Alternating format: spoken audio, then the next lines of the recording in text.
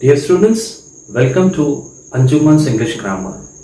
Hope you people are enjoying and also learning. ठीक है? We will continue with parts of speech. Today's chapter number 5 is of verb. Verb के बारे में आज हम पढ़ने वाले हैं. Verb क्या होता है? Verb की definition है it is a word which shows the action of the subject. ये किसी सब्जेक्ट की एक्शन को बताते हैं, उसी को वर्ब बोलते हैं. ठीक है, मैं इसके लिए आपको एक डायलॉग लिख करके बताता हूं. No soul no life, no verb no sentence. अभी समझा? आत्मा नहीं तो जीवन नहीं, वर्ब नहीं तो सेंटेंस नहीं. कितना इंपॉर्टेंट है वर्ब. ये शरीर में से अगर आत्मा निकल जाएगी तो सिर्फ शरीर रह जाएगा, कोई काम का नहीं. वर्ब में से सेंटेंस निकल जाएगा तो सेंटेंस कोई काम का नहीं. Without verb a sentence is not a sentence. इतना इंपॉर्टेंट है. तो verb plays a major role in sentence. बहुत इंपॉर्टेंट रोल प्ले करता है. हम वर्ब के जरिए से ओनली यूजिंग द वर्ब हम बहुत सारी बातों को भी इंग्लिश में कर सकते हैं.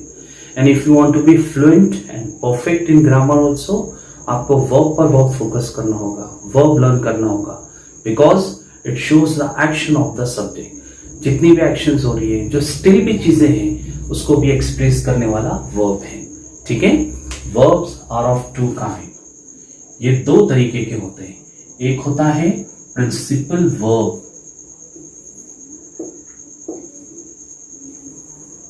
और main verb.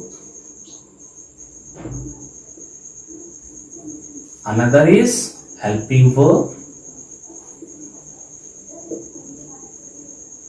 or auxiliary verb.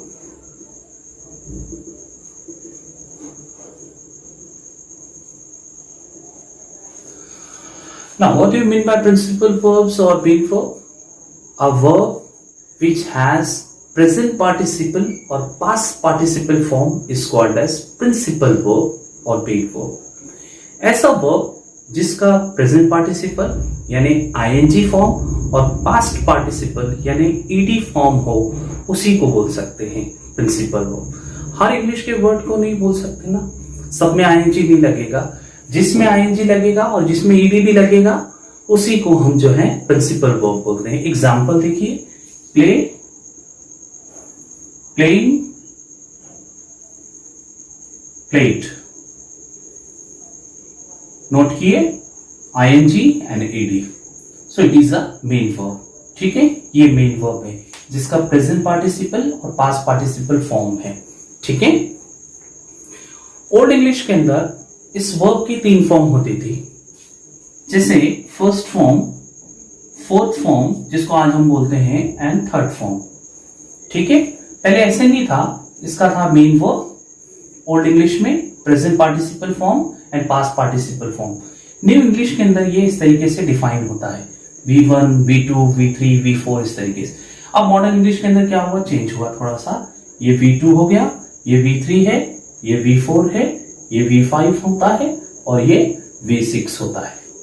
For example, गो, इसका V2 form went, V3 form gone, going, goes और ये इंफिनिटिव फॉर्म गो. इस तरीके से होता है. यानी वर्ब बनाना बहुत आसान है अगर हमने प्रैक्टिस किया तो. कैसे है कि किसी भी V1 में अगर हमने T या ed ज्वाइन किया, इट बिकम्स V2 और V3. ठीक है. किसी भी V1 में अगर हमने ing लगा दिया लास्ट में, it becomes present participle form V4. किसी भी V1 के लास्ट में s, es और ies को ऐड किया, सफिक्स को, इट बिकम्स V5. और इन्फिनिटी 2 का अगर हमने V1 के पहले यूज कर लिया, इट बिकम्स V6. देखिए आप, ये वैसे ही है. वर्ब को फॉर्म करना भी थोड़ी सी प्रैक्टिस लगेगी, हम वर्ब को भी बना सकते हैं. ये इजीएस्ट मेथड है इसको बनाने के लिए, ठीक है। This is new English. इसके कुछ नाम भी है, वो नाम आप ध्यान रखें। V1 it is called as present और फ्यूचर, ये नाम है इसका। V2 is called as past, V3 past participle, V4 present participle,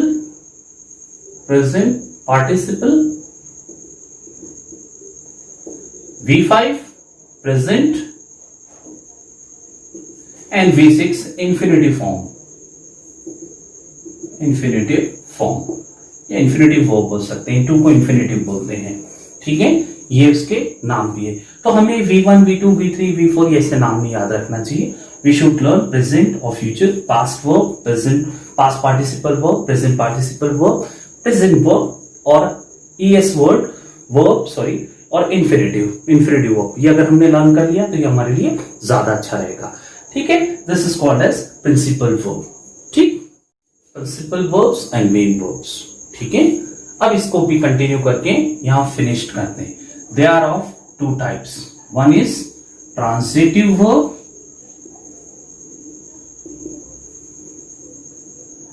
and intransitive verb.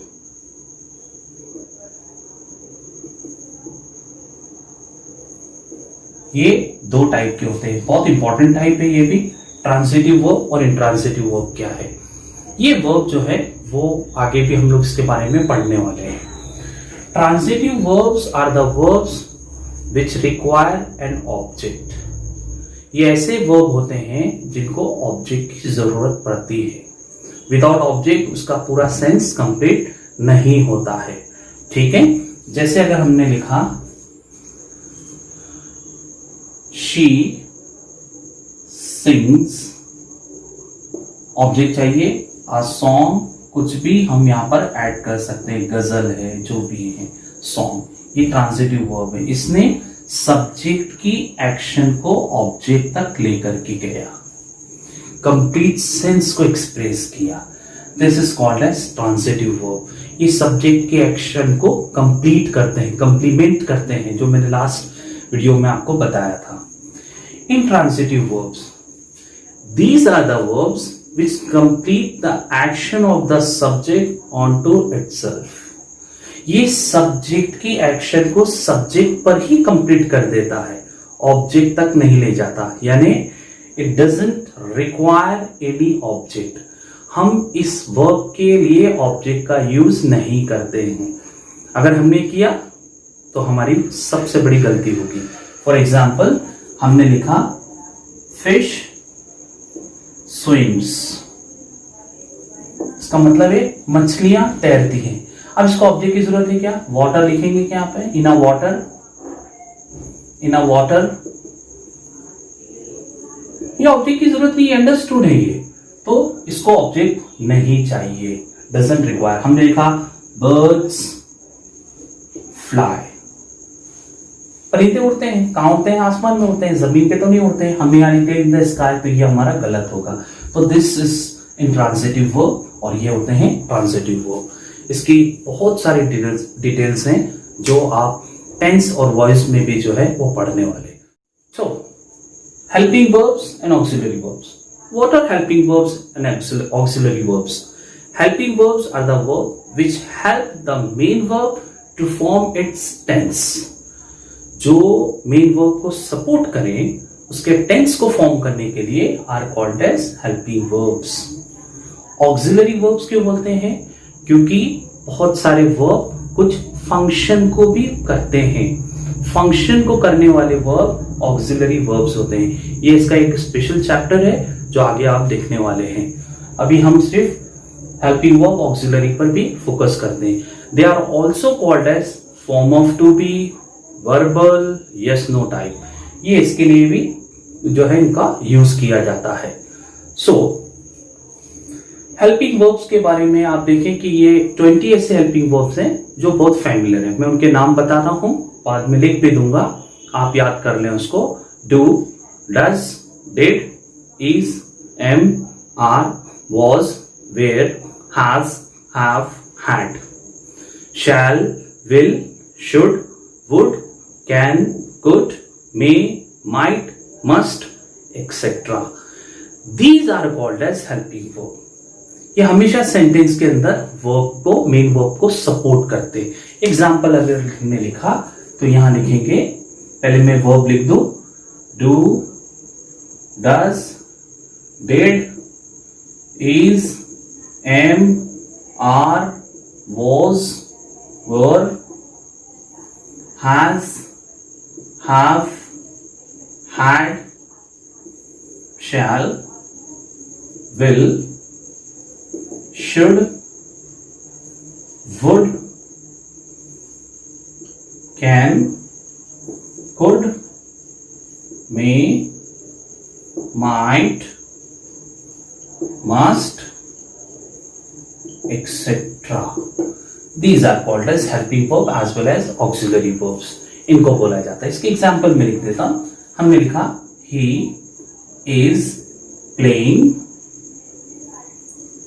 cricket. Now, this helping verb supported the ing verb, main verb. इसको support कर रहा है. इससे टेंस पता चलता है कि प्रेजेंट कंटिन्यूअस में है. ठीक है. अगर हमने लिखा he has played cricket. Again, this helping verb supports the main verb to form its tense. ये प्रेजेंट परफेक्ट है. तो ये जो टेंस है ये भी नेक्स्ट चैप्टर में आने वाला है. इसके बाद वाले चैप्टर में उसको भी आप देखिएगा. तो ये मेन वर्ब कैसे सपोर्ट लेता है हेल्पिंग वर्ब का, ये इसमें पता चलता है. ठीक है. ये सारा हमारा वर्ब हुआ. ठीक. Students, keep watching the videos and try to learn, understand and work hard if you want to improve your English.